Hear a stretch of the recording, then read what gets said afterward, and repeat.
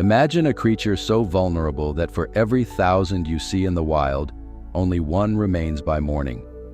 A creature so relentlessly hunted that it's become humanity's most trafficked mammal. This is the story of the pangolin, an animal as ancient as dinosaurs, yet as endangered as our hope for its future.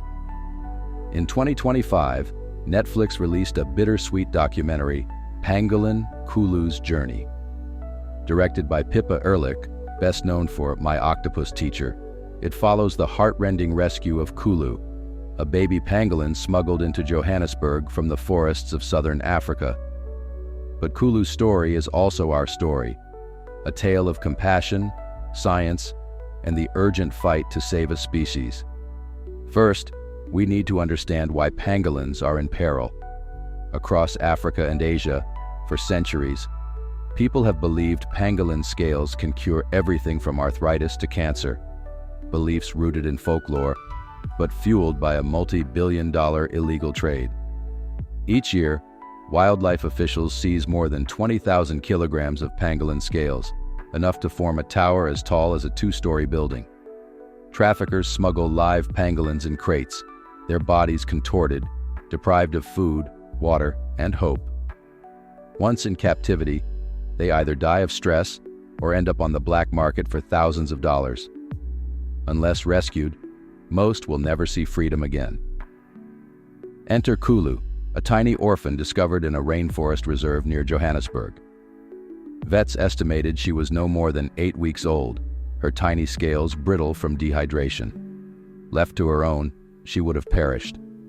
But one man saw a chance to rewrite her story. Gareth Thomas was an investment manager with a love for wildlife, but no formal training in animal care. When Kulu arrived at his doorstep, he felt unprepared yet compelled. "I remember her eyes," Gareth recalls in the documentary. "She looked at me like I was family, though we'd never met."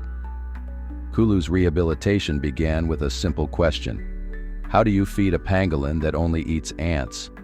No zoos keep pangolins in captivity, no veterinary school prepares for their care. Gareth and a team of wildlife experts spent weeks crafting a custom diet, marrow, powdered insects, vitamin-enriched blends, so Kulu could grow strong again. Each night, Gareth ventured into the indoor ant farm, carefully collecting live ants, termites, and larvae. He watched as Kulu's tiny tongue flickered out to capture them, a delicate ballet of predator and prey. Over the first month, Kulu grew from a fragile infant, her scales dull and sparse, to a lively juvenile, her armor bright and unwavering. But rescuing Kulu was only half the battle. The real challenge lay ahead, returning her to the wild, her true home. In South Africa's Limpopo province, rangers had identified a suitable release site, an expansive reserve teeming with termites and offering sanctuary from poachers. The team constructed a sanctuary enclosure, replicating the pangolin's natural habitat: logs for climbing, termite mounds for foraging, and dense foliage for cover. On a crisp morning in August 2024, after nearly 6 months of rehabilitation, Kulu stepped onto the red earth of her new world. As the steel crate door swung open, she paused, snout twitching, then slowly lowered herself into the grass. Within moments, she had vanished, her protective scales reflecting sunlight as she scuttled toward a termite mound. It was a moment of triumph, but pangolins still face a dire future. Today, all 8 species of pangolin are listed on CITES Appendix Y, meaning no international trade is permitted. Yet illegal networks remain sophisticated, shifting routes from Africa to Asia, exploiting corruption and weak enforcement. In Nigeria, rangers intercepted a single shipment last year carrying over 300 live pangolins, valued at more than $500,000 on the black market. In Indonesia, markets still bustle with pangolin scales, despite fines that could reach tens of thousands of dollars. And in Cameroon, local communities struggle between tradition and survival, sometimes forced to hunt pangolins for meager income. The pangolin's plight is a global problem demanding global solutions. conservationists have turned to technology: drone surveillance to detect poachers at night, artificial intelligence to analyze camera-trapped data and track wildlife movements.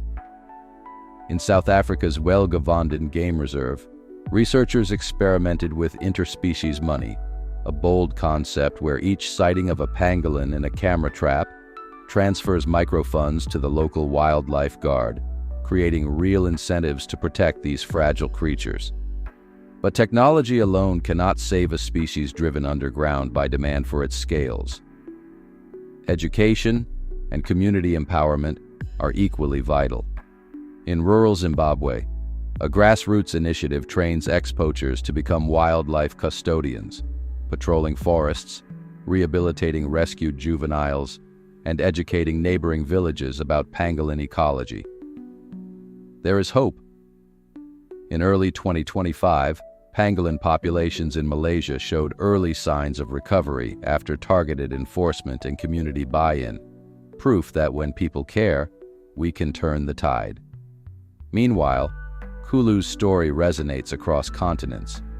Since her release, camera trap data confirms she forages nightly, her solitary silhouette a testament to resilience.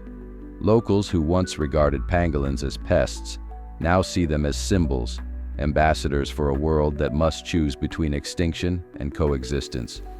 So, what can you do? Support reputable organizations. Save Pangolins International, Wild Aid, Wildlife Conservation Society. Report illegal wildlife trade whenever you encounter it.